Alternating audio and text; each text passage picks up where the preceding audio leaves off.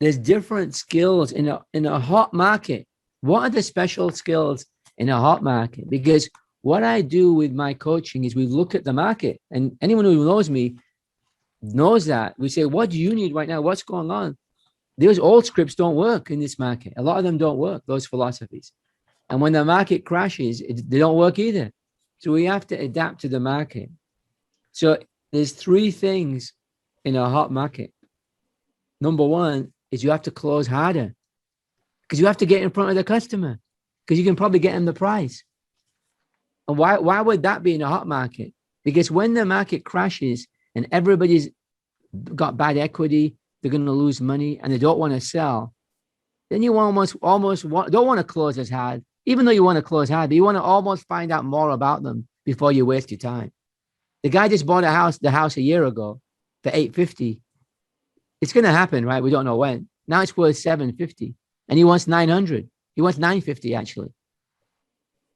So maybe I won't close hard. Better I spend more time qualifying, right? So really, I put close hard here. It's always going to be there, but especially now, just get in front of people because you can give them good news when you get there.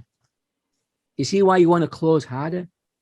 And when we say close harder, we don't mean being arrogant. It's an art. It's a skill. Go listen to that call on YouTube and you'll get an example of real life there. Number two, you want to become more persuasive. More persuasive because you're not the only one. You see, what happens is they're thinking the market's hot, so I can pick any agent. So what's different? Uncle Tommy he's got his license. Our next door neighbor's son just got his license. Let's give him a break. Let's share some of the generosity, the money we're going to make, right? Let's sell privately. So you actually have to be more persuasive. Do you get it? In a hot market, it's one thing, but because you think, well, anyone can do it. So you have to be more persuasive. C, you have to get better. Like you have to start. You want to start widening who you're calling, like your past client, center of influence, because it's a hot market. So now you can actually tell your past clients, your center of influence, like, let's see how much we can get. You made all this money. So if there's any good news, now's the time, right? Compare it to the time when you know that he bought a house a year ago, the same, and now his house is 100,000 less. Maybe you don't feel like calling that past client.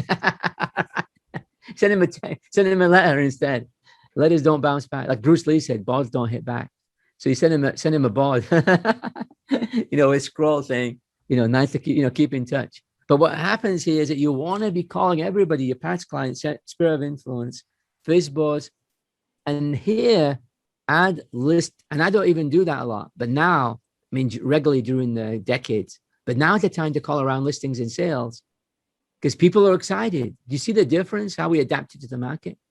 Because they go, I wonder how much that sold, or the sticker says over asking 100,000 above. Why don't you go in a Duggal effect and capture that for you, capture that energy, that benefit for you?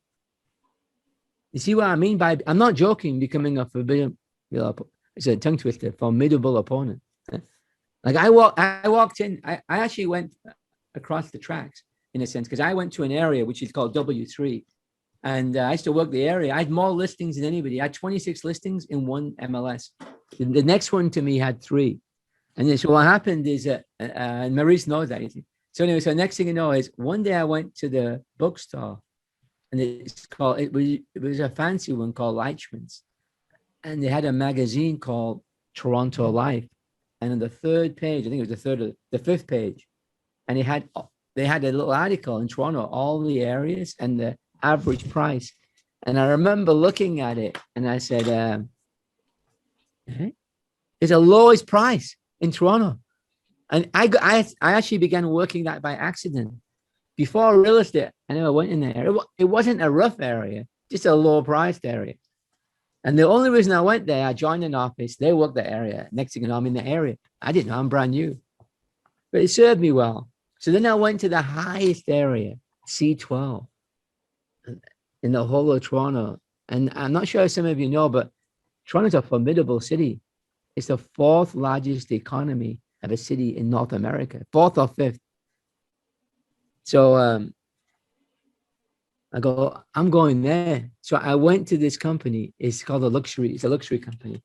And within a couple of years, and they had 180 agents and very well seasoned, very well known country club and all that.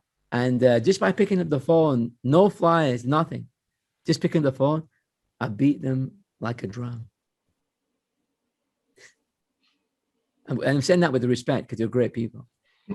And I broke their record in 42 years. I have an amazing letter. Can I use what I'm telling you? I use this. I use what I'm telling you.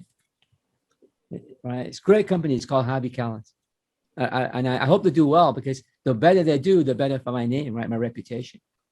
And by the way, at that time, they were the #1 single office in volume in the real estate part. So even the big franchises couldn't beat them as one because it's such high end.